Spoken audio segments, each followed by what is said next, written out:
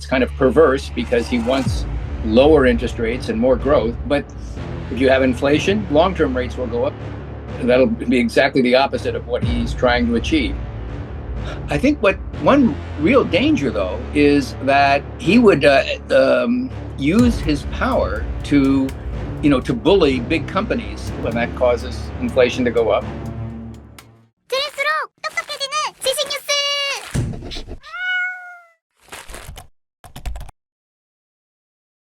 Well, Trump seems to have this strange belief that when the economy is healthy, that's a good time to lower interest rates. The opposite is true. I mean, if the economy is healthy, then the Fed should be worried about inflation.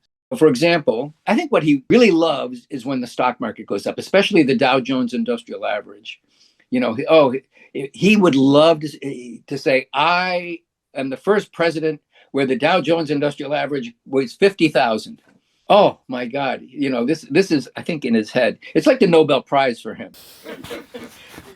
And he knows that if the Fed is lowering interest rates, generally that makes the stock market go up.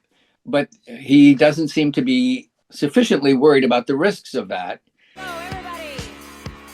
So I think that's we're already, I think, at risk of having some stagflation, but it could be a lot worse.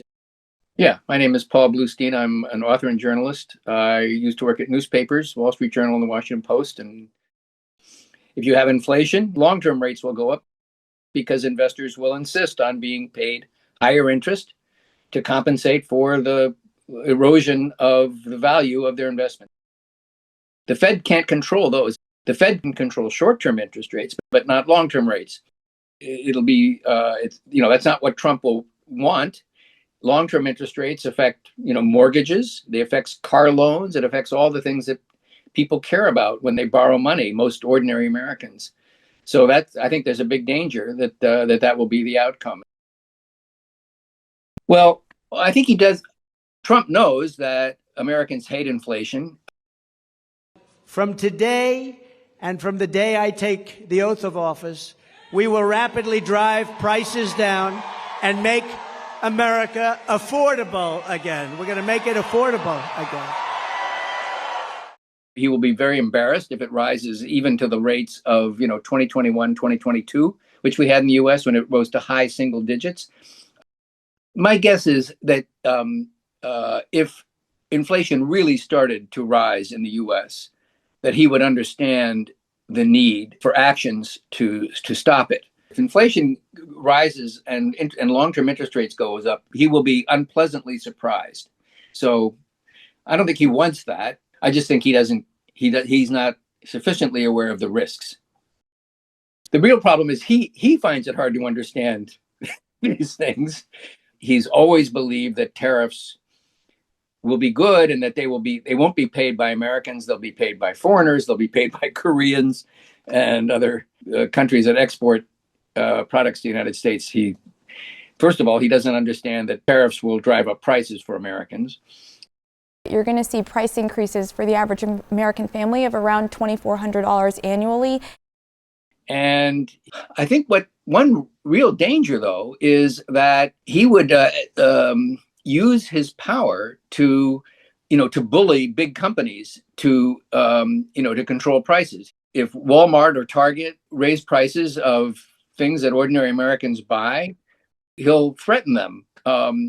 And he'll condemn them in social media, and he'll get all his Americans who love him to stop shopping at those stores until they lower prices. And that's a road to a very bad situation of another kind, where we end up with shortages. I mean, we tried wage and price controls in the United States in the 1970s. It didn't work because you just end up with shortages. In effect, what you have is the cost of things goes up because people can't buy. They're not able to find them. But then the perverse result of that is that long-term interest rates would go up because of inflation, and that would have a bad effect on growth. So we could very well end up with stagflation. It's kind of perverse because he wants lower interest rates and more growth, but if the end result is higher interest rates, that'll be exactly the opposite of what he's trying to achieve. 지금 이제 인플레이션이 올 거라고 예상을 하고 계시는 거고 조금 심각하면 스태그까지 올 수 있다고 보시는 거죠? Yes, I think there's a big danger of that because if Trump, let's say, suppose Trump does succeed in getting real control over Federal Reserve policy and they lower interest rates, short-term interest rates, as they will have the power to do, and that causes inflation to go up, that's certainly a big risk. You know, the funny thing is that since he started his trade war in early April, the dollar has depreciated quite a bit, and it's quite possible that would continue, especially if the Federal Reserve is easing, lowering interest rates in response to economic conditions and maybe pressure from him. That would tend to make the dollar fall. You know, some people sometimes get very excited when they see that one of the metrics, for example, is how much is the dollar used in reserves held by central banks. And that has fallen from about 71% to about 59% over the past 20 years. And people, oh, you see, the dollar is losing its dominance. During the period that the dollar has been dominant in the sense of international commerce, there have been periods where it's been strong and there's been periods when it's been weak. In the late 1970s, it was quite weak. In the early 1980s, became very strong. In the early 1990s, it became quite weak. There are periods in the 2000s when it was quite weak in the sense of the exchange rate, right? During all that time, the dollar has remained the dominant currency in international commerce by far. You know, people love to fantasize. Oh, the dollar will soon not be the dominant currency. Oh, soon, you know, I don't know, it'll be the euro, it'll be the Chinese renminbi, whatever, or it'll be the BRICS currency, or Bitcoin, or yeah. These things are fantasies, but we have to be realistic. Well, this is the argument that the stablecoin people make, the crypto industry. You know, they have been saying, and they say, dollar stable coins, you know, they'll be spread all over the world. And of course, you know, so more people will be using dollars. This must be good. And, you know, people in Congress, I mean, you watch them at these hearings and, you know, they, yes, we're very concerned about losing dollar dominance. So the stable coins are going to help. I think this is a really, frankly, a dumb way of thinking about it. The dollar will remain dominant for many other reasons. It's because of the depth and breadth and liquidity of U.S. financial markets.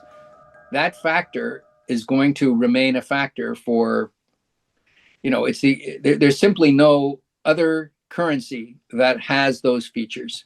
Not that the U.S. is perfect, again.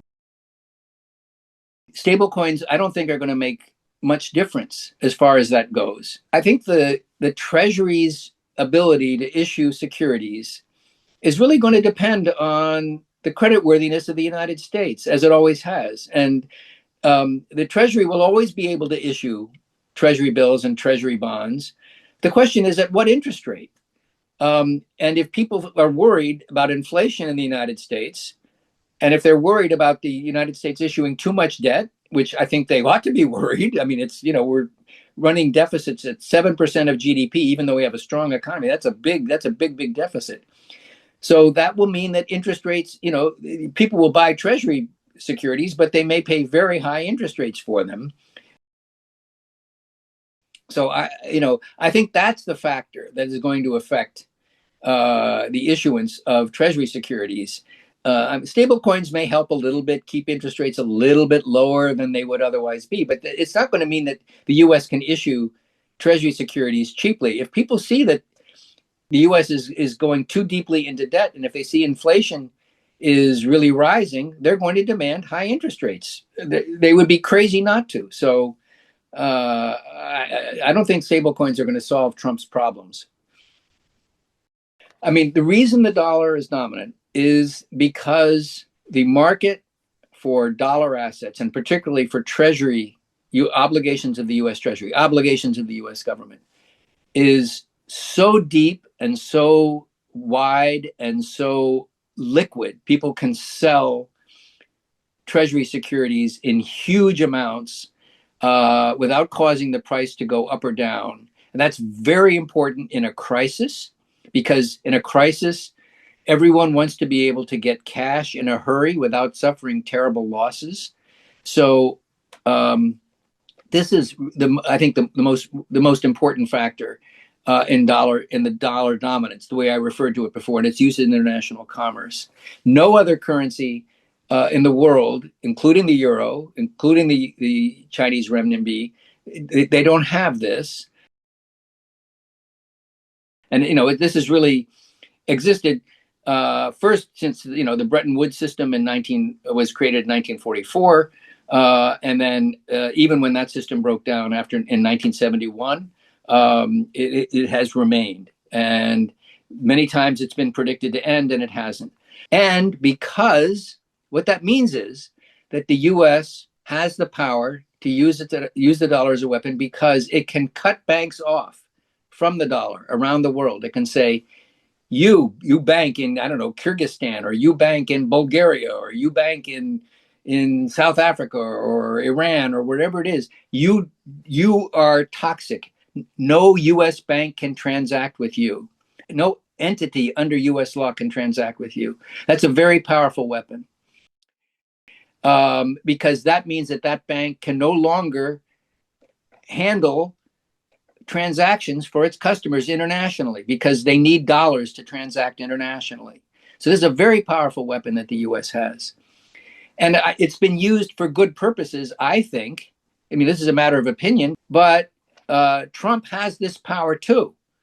And I'm worried that he's going to use it for very bad purposes. He's clearly loves using economic coercion against other countries. He's using economic coercion against Canada. He's using it against India.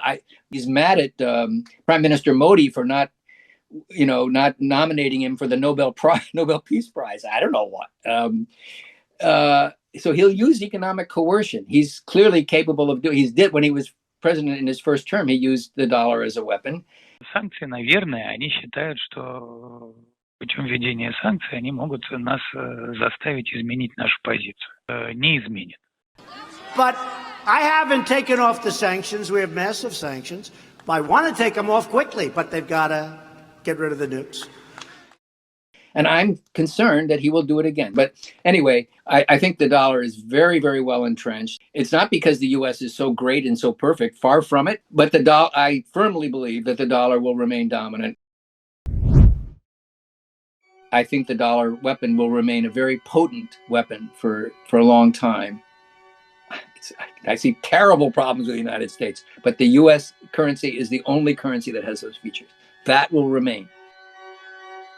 I'm been spending the past 5 or 6 years, really studying how the dollar system works, and I've learned a lot in the course of doing that. And as you can see, I've developed some pretty strong opinions. And I wish I weren't right, but I think I'm right. Thank you very much for listening. Thank you very much for having me on. Okay, thank you.